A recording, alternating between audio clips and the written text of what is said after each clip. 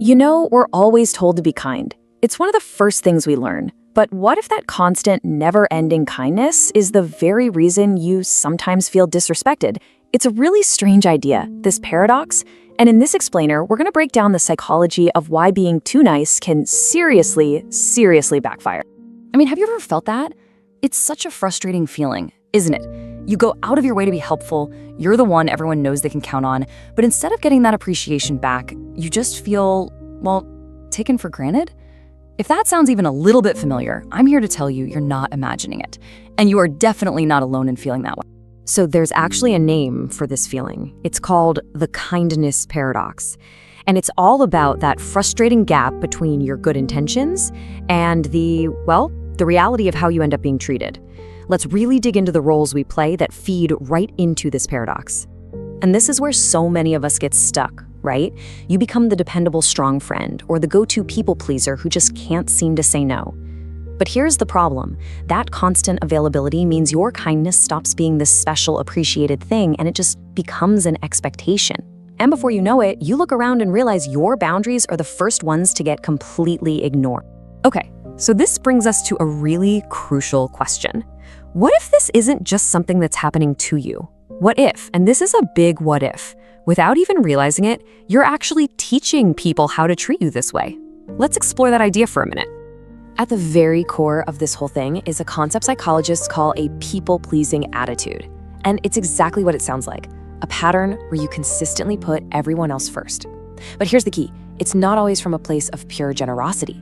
A lot of the time, it's about avoiding a fight or just wanting people to like you. This is a huge piece of the puzzle. So how does this training actually work? Well, it's a pretty simple and kind of scary process. It starts with step 1. You just get into a pattern of always saying yes. The lesson other people learn from that, step 2, is that your time and your energy are basically limitless resources. So what's the logical conclusion they come to? Step 3, your boundaries are either totally negotiable or they just don't exist at all.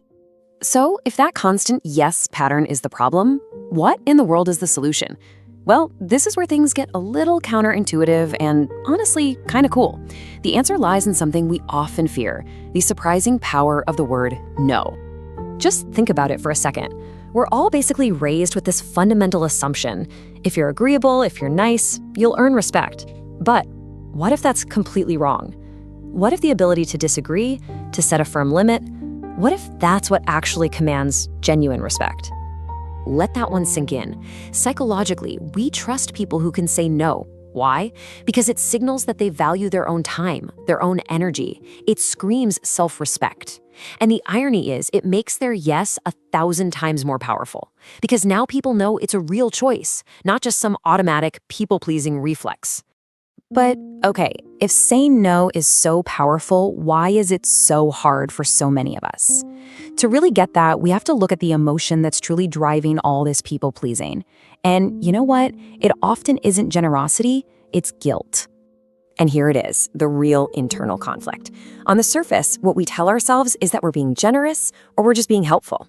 But if we're being really honest, the deeper unconscious driver is often a fear of rejection or this deep need to avoid disapproval. That feeling we label as being a good person is so often just insecurity wearing a really convincing disguise. Now, hearing all this, it's not about beating yourself up, not at all.